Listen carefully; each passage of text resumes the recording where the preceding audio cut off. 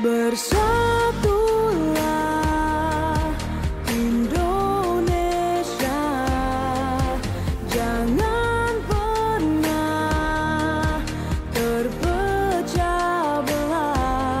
Walau kita berbeda, walau kita tak sama, Radio Republik Indonesia, kita Indonesia sesungguhnya.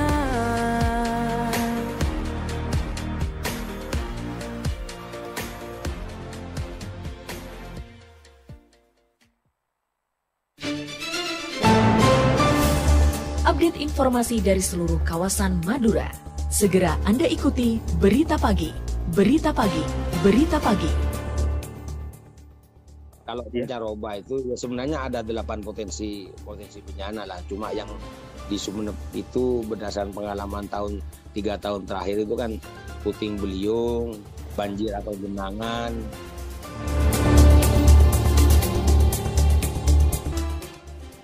Saat yang tepat untuk pengembangan tanam tembakau, walaupun memang kita juga tetap mendorong penanaman padi. Karena apa?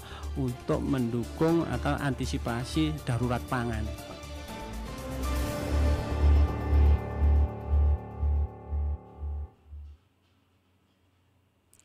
Selamat pagi pendengar, pukul 6 waktu Indonesia Barat. Saatnya kita ikuti Berita Pagi edisi Sabtu 24 Mei 2025 bersama saya Duri Adiansah akan menyampaikan buletin pagi berita selengkapnya.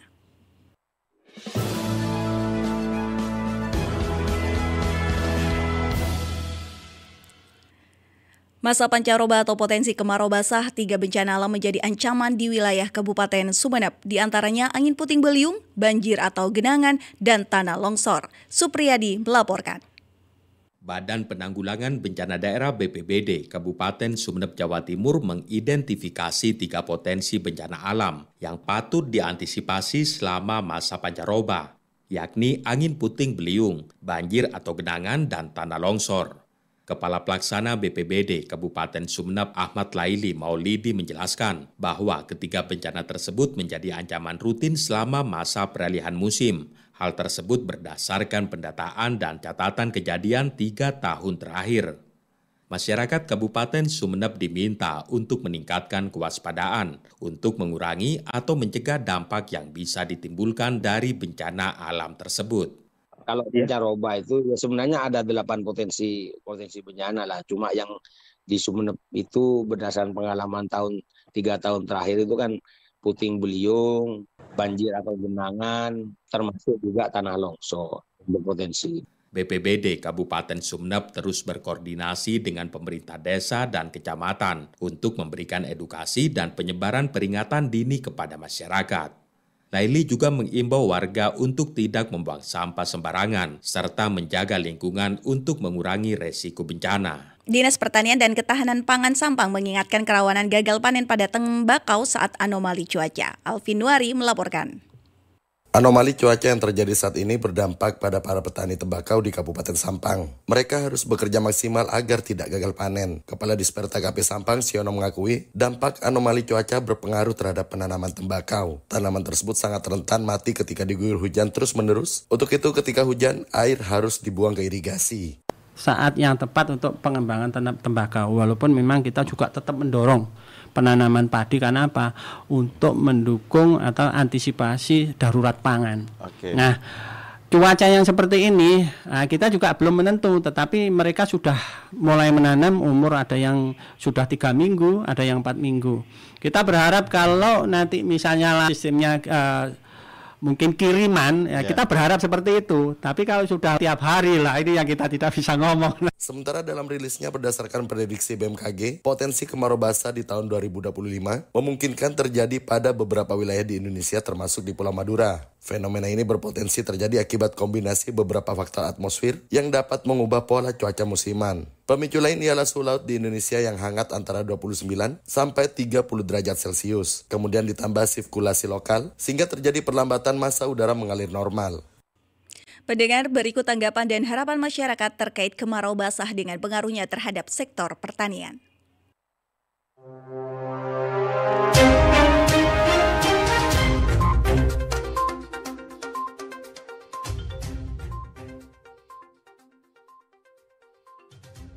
Saya Ibu Arini di Sumeneb. Belakangan ini banyak warga, khususnya para petambak garam, petani tembakau termasuk saudara saya yang ada di Kecamatan Lenteng. Biasanya Mei Juni, saudara saya sudah ada persiapan turun ke sawah untuk tanam tembakau. Namun sampai sekarang takut untuk menanam, takut sewaktu-waktu hujan turun lagi. Karena kalau dipaksakan daun tembakau sering diguyur hujan akan rusak. Saya Arifin di Sumeneb. Curah hujan yang tak menentu seperti saat ini akan mengganggu pola tanam dan masa panen tanaman tembakau yang seharusnya saat ini sudah memasuki masa tanam. Bulan Mei, Juni biasanya sudah masuk musim kemarau, namun masih turun hujan. Petani pasti tidak berani tanam tembakau, takut hasilnya rusak terus diguyur hujan. Saya Dedi di Sumeneb. Kekhawatiran para petani tembakau yang seharusnya musim tanam sudah dimulai, namun banyak petani takut menanam. Saya baca di medsos, ini akibat kemarau basah, yaitu di mana hujan masih turun pada musim kemarau.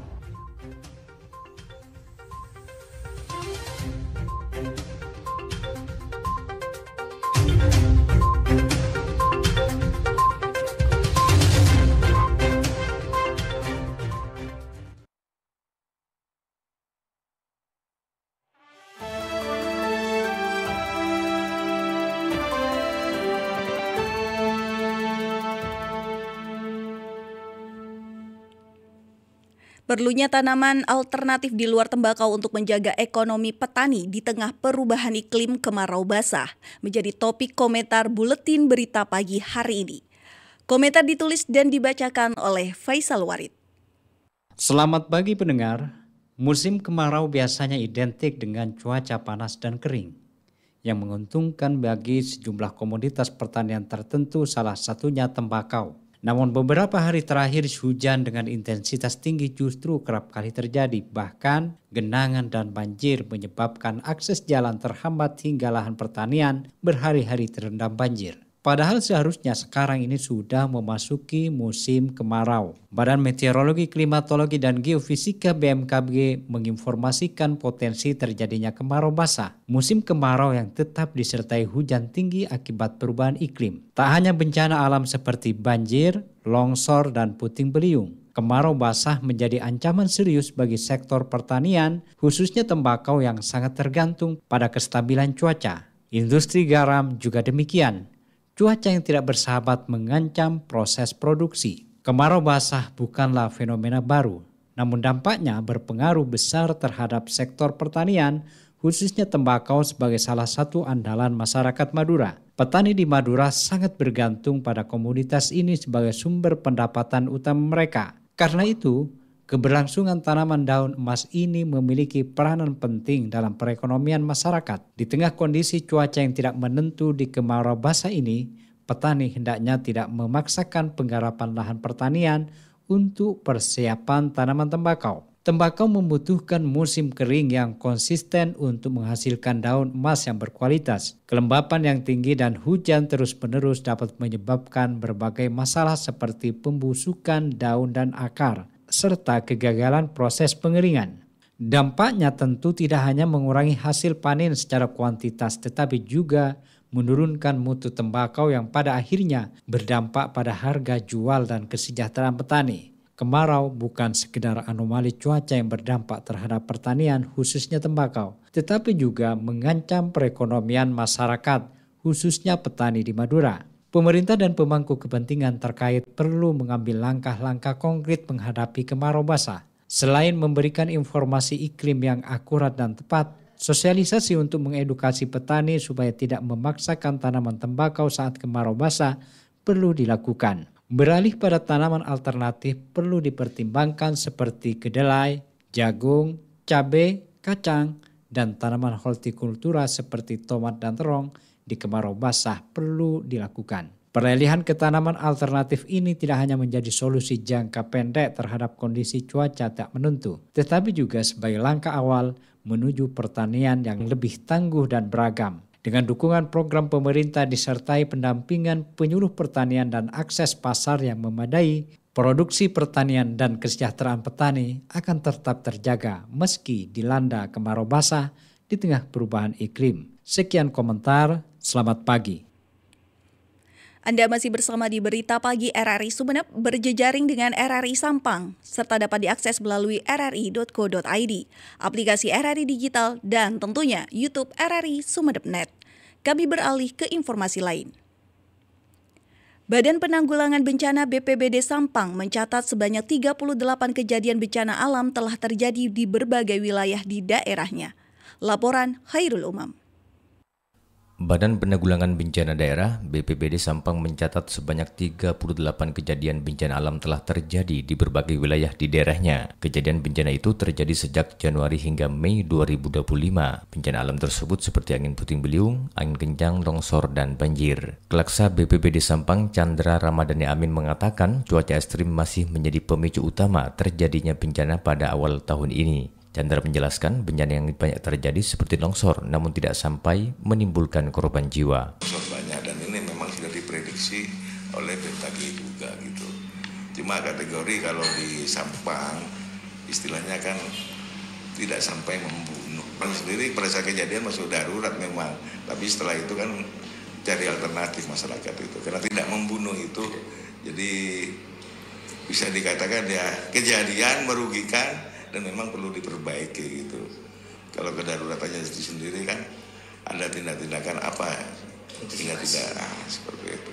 Untuk itu pihaknya menekankan agar masyarakat untuk mengantisipasi bencana yang terkadang datang tidak diundang, selalu menjaga lingkungan dan pentingnya dalam penanganan bencana secara preventif. Dia juga mengingatkan agar pembangunan jalan maupun bangunan dilakukan dengan memperhatikan lokasi serta spesifikasi teknis yang sesuai dengan kondisi lingkungan sekitar. Hal itu sangat penting untuk mencegah resiko bencana akibat konstruksi yang tidak tepat. Dari Sampang, Madura, Khairul Umam melaporkan. Presiden Prabowo Subianto membeli sapi kurban dengan bobot lebih dari 900 kg dari Kabupaten Pamekasan. Sapi jenis Simmental Cross itu dibeli dari Katandur Farm di Jalan Raya Plakpak, Kecamatan Pagentenan. Selengkapnya dilaporkan Purnama Iswantoro. Presiden Prabowo Subianto membeli sapi kurban dengan bobot lebih dari 900 kg dari Kabupaten Pamekasan. Sapi jenis Simmental Cross itu dibeli dari Katandur Farm di Jalan Raya Plakpak, Kecamatan Pagentenan. Sapi yang diberi nama Buleleng itu dibeli Presiden Prabowo seharga 100 juta rupiah. Sapi berkulit hitam itu akan disembelih pada Hari Raya Idul Adha 1446 Hijriah mendatang. Pemilik Katandur Farm, Izu Muhammad Rofi'i, melalui juru bicara Abbas Muhammad Rofi'i menjelaskan, sebelumnya tim dari Direktorat Jenderal Peternakan dan Kesehatan Hewan, Kementerian Pertanian bersama Dinas Peternakan Provinsi Jawa Timur melakukan survei terkait kualitas hewan ternak sapi di Madura. Setelah melalui proses pemeriksaan, akhirnya salah satu sapi di Katandur Farm terpilih untuk dibeli Presiden. Ya, dari provinsi turun, dari Dinas Pusat turun untuk mengecek beberapa farm ya di Madura ini, dan yang terpilih salah satunya dari pihak kita. Setelah diteliti, setelah dilihat dari beberapa unsur, dari daging, dari proporsional bentuk badan, dipilih oleh Presiden. Menurut Abbas, ke depan sapi yang dibeli Presiden Prabowo akan dirawat hingga berat badannya mencapai 1 ton. Selain itu juga akan dijaga kualitas daging dan kesehatannya. Sementara ini, pihaknya masih menunggu informasi lebih lanjut dari pemerintah pusat terkait penjemputan sapi miliknya itu. Pada tahun sebelumnya, sapi ternak Katandur Farm juga pernah dibeli oleh Kapolda Jawa Timur seberat 1,3 ton. Sebanyak 1.821 peserta telah mengikuti seleksi tahap 2 pegawai pemerintah dengan perjanjian kerja PPPK di Kabupaten Bangkalan. Kini mereka tinggal menunggu hasil. Kepala BKPSDA Bangkalan Ari Mufianto kepada RRI mengungkapkan seleksi sudah berlangsung pada 12 hingga 13 Mei 2025 sesuai dengan perubahan jadwal terbaru. Menurut dia, tahapan selanjutnya adalah pengolahan data hasil seleksi kompetensi yang masih menunggu penyelesaian secara nasional.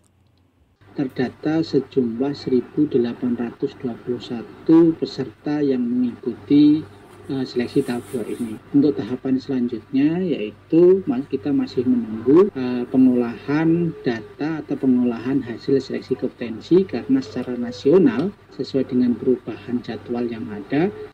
Ia menambahkan pelaksanaan seleksi tahap 2 untuk PPPK secara nasional baru berakhir pada 31 Mei 2025. Sesuai jadwal terbaru, pengolahan nilai hasil seleksi akan berakhir pada 15 Juni 2025 dan diharapkan pengumuman hasil seleksi akan keluar pada 16 Juni 2025. Pendengar, penyelesaian kasus dengan restoratif justice atau RJ kembali dilaksanakan oleh Kejaksaan Negeri Sumeneb atas kasus kecelakaan lalu lintas dan pencurian ayam. Berikut laporan Imam Muhlis. Kejaksaan Negeri Kejari Sumeneb kembali menyelesaikan 2 perkara melalui restoratif justice atau RJ. Perkara tersebut melibatkan 3 orang, masing-masing Miskawi 69 tahun, warga Dusun Congka, Desa Kilang, Kecamatan Bluto, dengan perkara menabrak seorang mahasiswa. Kemudian 1 perkara lainnya jelas Kepala Kejari Sumeneb, Sigit Waseso, yakni kasus pencurian ayam, yang melibatkan 2 orang pelaku masing-masing, Syafiq 19 tahun, warga Jalan Basuki Rahmat, Desa Pajagalan, Kecamatan Kota Sumeneb, dan temannya Putra Haikal Sono, 19 tahun, warga Jalan Pahlawan, Desa Pemelokan, Kecamatan Kota Sumeneb. Sigit berpesan kepada para penerima pengampunan hukum melalui restoratif justice atau RJ tidak mengulangi kembali perbuatannya, baik perbuatan yang sama maupun perbuatan yang melanggar hukum lainnya. Pertama, yang perkara Miskawi itu kecelakaan laka lantas, tapi hanya mengakibatkan korban luka. Kemudian yang 2 orang itu pencurian dengan pemberatan, namun karena barang yang dicuri itu tidak terlalu mahal berupa 2 ekor ayam, akhirnya kita ajukan untuk dilakukan penghentian penuntutan. Sementara itu, Kepala Seksi Pidana Umum Kasipidum Kejari Sumeneb, Hanis Aristia Hermawan memastikan jika capaian restoratif justice pada triwulan kedua tahun 2025 ini sudah mencapai 11 perkara yang sudah terlaksana. Labbaik Allahumma labbaik. لبيك لا شريك لك لبيك إن الحمد والنعمة لك والملك لا شريك لك. Info Haji 1446 Hijriah. Meskipun mengalami sedikit kelelahan setelah melaksanakan umroh wajib, jemaah haji kloter 30 Subbangkalan tetap dalam kondisi sehat. Selengkapnya dilaporkan Miftahul Umar. Jamaah haji kloter 30 Subbangkalan tetap dalam kondisi sehat meskipun mengalami sedikit kelelahan setelah melaksanakan umroh wajib. Ketua kloter 30 Subbangkalan Adnan menyampaikan, sebagian jemaah mengalami batuk ringan dan kelelahan terutama bagi lansia, namun tidak ada yang membutuhkan penanganan khusus atau darurat dan adaptasi cuaca tidak terpengaruh secara signifikan. Hanya batuk-batuk ringan dan sebagian ada yang pilek. Setelah melaksanakan umroh wajib kemarin, bagian jemaah ada yang sedikit kelelahan, capek-capek, apalagi bagi lansia. Tapi alhamdulillah tidak ada yang butuh penanganan khusus atau penanganan darurat. Para jemaah hanya perlu istirahat sebentar. Ia juga menghimbau agar jamaah tetap menjaga kesehatan dan beristirahat yang cukup agar dapat menjalankan ibadah haji dengan baik hingga puncak haji di Ar-Musna dan mendapatkan predikat haji mabrur. Miftahul Umar, Pro 3 RRI terus mengudara untuk Indonesia. Jamaah haji kloter 30 Subbangkalan tetap dalam kondisi sehat meskipun mengalami sedikit kelelahan setelah melaksanakan umroh wajib. Ketua kloter 30 Subbangkalan Adnan menyampaikan, sebagian jemaah mengalami batuk ringan dan kelelahan terutama bagi lansia, namun tidak ada yang membutuhkan penanganan khusus atau darurat dan adaptasi cuaca tidak terpengaruh secara signifikan. Hanya batuk-batuk ringan dan sebagian ada yang pilek. Setelah melaksanakan umroh wajib kemarin, bagian jemaah ada yang sedikit kelelahan, capek-capek, apalagi bagi lansia. Tapi alhamdulillah tidak ada yang butuh penanganan khusus atau penanganan darurat. Para jemaah hanya perlu istirahat sebentar. Ia juga menghimbau agar jamaah tetap menjaga kesehatan dan beristirahat yang cukup agar dapat menjalankan ibadah haji dengan baik hingga puncak haji di Ar-Musna dan mendapatkan predikat haji mabrur. Miftahul Umar, Pro 3 RRI terus mengudara untuk Indonesia. Petugas penyelenggara ibadah haji PPIH Arab Saudi memperkuat kesiapsiagaan layanan jemaah terutama di kawasan Masjidil Haram. Petugas sektor khusus Seksus disiagakan 24 jam untuk memberikan pendampingan dan perlindungan. Bahkan bantuan bagi jemaah haji Indonesia yang beraktivitas di area masjid. Dikutip di rri.co.id, Kepala Daerah Kerja Mekah Kepala Daerah Kerja Mekah Ali Mazumi mengatakan pentingnya kehadiran petugas di titik-titik vital Masjidil Haram mengingat tingginya mobilitas dan kepadatan jemaah menjelang puncak haji. Selain penguatan layanan di Masjidil Haram, PPIH juga memastikan layanan dasar, di antaranya seperti konsumsi, akomodasi, dan transportasi berjalan optimal. Ia juga mengingatkan agar jemaah tidak keluar sendirian ke Masjidil Haram sebab jika ada kejadian dan keluar sendiri akan sulit bagi orang lain untuk mengetahui dan membantu. لبيك اللهم لبيك لبيك لا شريك لك لبيك إن الحمد والنعمة لك والملك لا شريك لك. Info Haji 1446 Hijriah.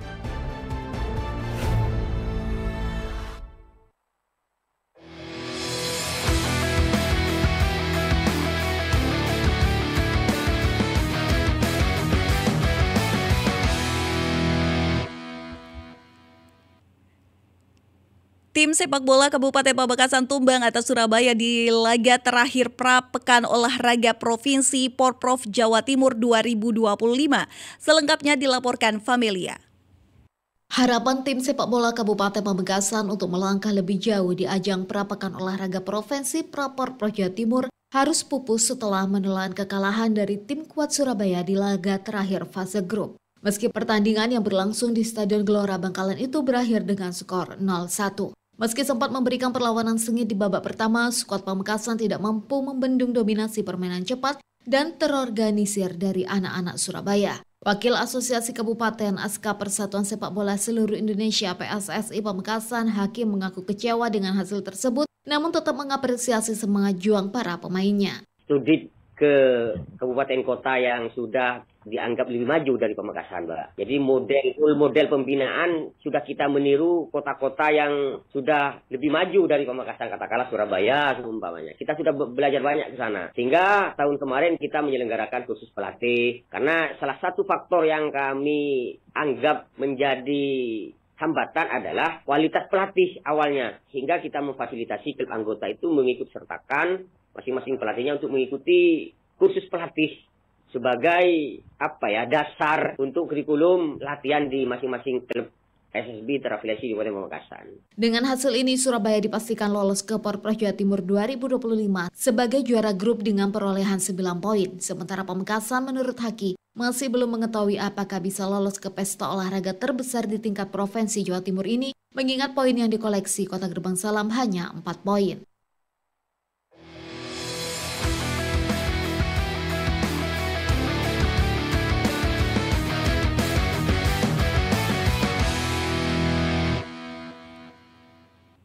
Sekian berita pagi produksi Radio Republik Indonesia Sumeneb. Untuk kritik dan saran Anda bisa melalui telepon 0328662317 atau melalui alamat email kami di rrisumeneb@yahoo.com. Dari lantai 1 Urip Sumoharjo 26 Sumeneb, saya Dori Adiansah bersama kerabat kerja yang bertugas menyampaikan terima kasih atas kebersamaan Anda dan selamat pagi.